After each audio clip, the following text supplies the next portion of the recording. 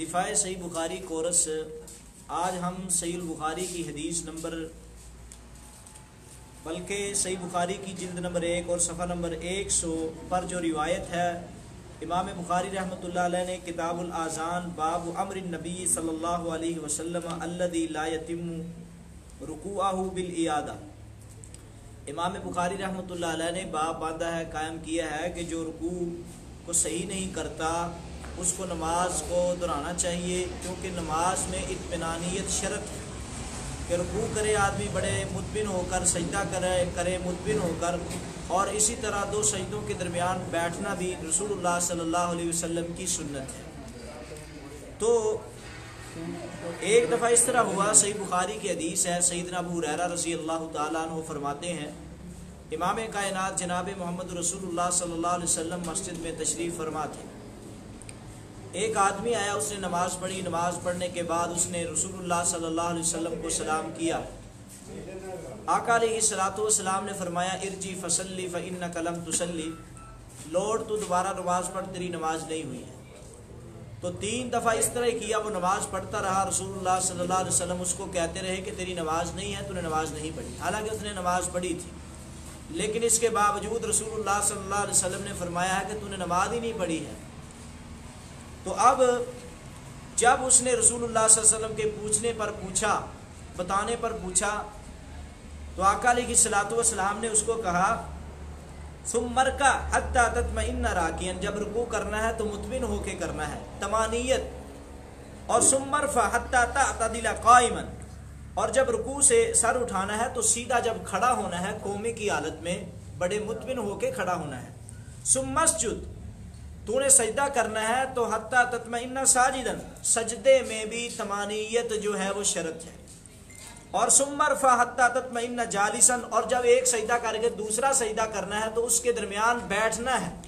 تو یہ اس کی کمیاں رسول اللہ صلی اللہ علیہ وسلم نے بتلائی ہیں۔ اس نے نماز تو پڑھی تھی لیکن آقا نے فرمایا تو نے نماز نہیں پڑھی۔ پھر اس کے پوچھنے پر آقا نے فرمایا کہ یہ تیری چیزیں مکمل نہیں تھی، یعنی کہ جو آدمی رکوع سجدہ اور 2 سجدوں کے درمیان والی چیز کو اہمیت نہیں دیتا، آقا علیہ الصلوۃ والسلام کی حدیث کے مطابق اس کی نماز نہیں ہے، کیونکہ آقا نے صحابی کو کہا تو نے نماز ہی نہیں پڑھی۔ تو ایک طرف یہ بات ہے، اور دوسری طرف اس حدیث کی تعویل کچھ اس طرح بھی کی گئی، جس طرح کہ فتاوی عالمگیری کی جلد نمبر 1 اور صفحہ نمبر 74 اور ہدایہ کی جلد نمبر 1 اور صفحہ نمبر 106 میں لکھا ہے فَإِن تَرَكَ تَمَانِيَةَ، اگر کوئی آدمی تمانیت کو چھوڑ دیتا ہے تجود صلاتہ، تو اس کی نماز جائز ہے۔ تو حالانکہ آپ صحیح بخاری کی حدیث سن چکے ہیں کہ اس کی نماز نہیں ہوئی، اور علیحدہ اگر بات کی جائے تو جس طرح کہ رسول اللہ صلی اللہ علیہ وسلم نے فرمایا ہے، اور ہدایہ میں یہ بات بھی لکھی ہوئی ہے کہ وَأَمَّا الِاسْتِوَاءُ قَائِمًا فَلَيْسَ بِفَرْضٍ، رکوع کے بعد سیدھا کھڑا ہونا کوئی ضروری نہیں ہے۔ حالانکہ اس صحابی کو رسول اللہ نے فرمایا تھا کہ تیری نماز، تو نے نماز نہیں پڑھی، تو بعد میں ایک کمیوں میں سے یہ بھی کمی اس کی تھی کہ وہ صحیح طریقے سے رکوع کے بعد قومے کی حالت میں کھڑا نہیں ہوتا تھا۔ تو یہی بات انہوں نے بیان کر دی کہ یہ فرض ہی نہیں ہے۔ اور اسی طرح اگلی بات یہ ہے کہ سجدے میں بھی طمانینت جو ہے وہ شرط ہے، مطمئن ہونا شرط ہے، جس طرح کہ صحیح بخاری کی حدیث صحیح بخاری کی جلد نمبر 1 اور صفحہ نمبر 109 کی روایت ہے، اور امام بخاری نے باب باندھا ہے باب النبی الذی صلی اللہ علیہ وسلم لا یتم رکوعہ بالاعادہ، جس کا رکوع میں اطمینان نہیں ہے اس کی نماز نہیں ہے۔ امام بخاری نے باب قائم کیا کہ وہ اعادہ کرے گا، لیکن اس کے الٹ بات ہے ہدایہ کی جلد نمبر 1 اور صفحہ نمبر 107 میں کہ وَأَمَّا الِاسْتِوَاءُ قَائِمًا فَلَيْسَ بِفَرْضٍ وَقَدَ الْجَلْسَةَ بَيْنَ السَّجْدَتَيْنِ وَالتَّمَانِيَةِ فِي الرُّكُوعِ وَالسُّجُودِ۔ تو بڑی ہی ہمدردی کے ساتھ ہم کہنا چاہتے ہیں یہ غلط بات لکھی ہوئی ہے کہ استوا جو ہے،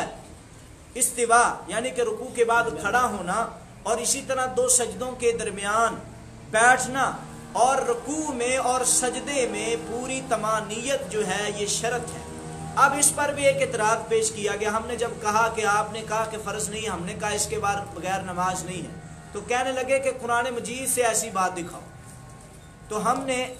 ہم صرف اتنا ہی کہنا چاہتے ہیں کہ رسول اللہ صلی اللہ علیہ وسلم کے بارے میں اللہ تعالیٰ نے قرآن مجید میں جب فرما دیا ہے کہ وما آتاکم الرسول فخذوہ وما نہاکم عنہ فانتہوا، جو رسول اللہ تمہیں دے اس کو لے لو اور جس سے روکیں رک جاؤ۔ تو لہذا ہم کو چاہیے کہ نماز میں طمانینت ہونی چاہیے۔ یہ کوئی مسئلہ نہیں ہے کہ یہ فرض کے حکم میں نہیں ہے تو لہذا ضروری نہیں ہے۔ جس حدیث میں یہ آ گیا ہے کہ اس کی نماز نہیں ہے، یہ اگر کوئی کام چھوڑا جاتا ہے تو اس کے بارے میں رسول اللہ کا یہ فرما دینا ہی کافی ہے فرض ہونے کے لیے کہ تیری نماز نہیں ہے۔ تو ایسی نمازیں کا کیا فائدہ ہے کہ جس میں طمانینت نہ ہو، رسول اللہ کہیں کہ وہ نماز نہیں ہے۔ تو ہمیں ایسے حکم لگانے سے بچنا چاہیے اور ان حدیث کی روشنی میں ہمیں صحیح معنوں کی طرف آنا چاہیے۔ وآخر دعوانا الحمدللہ۔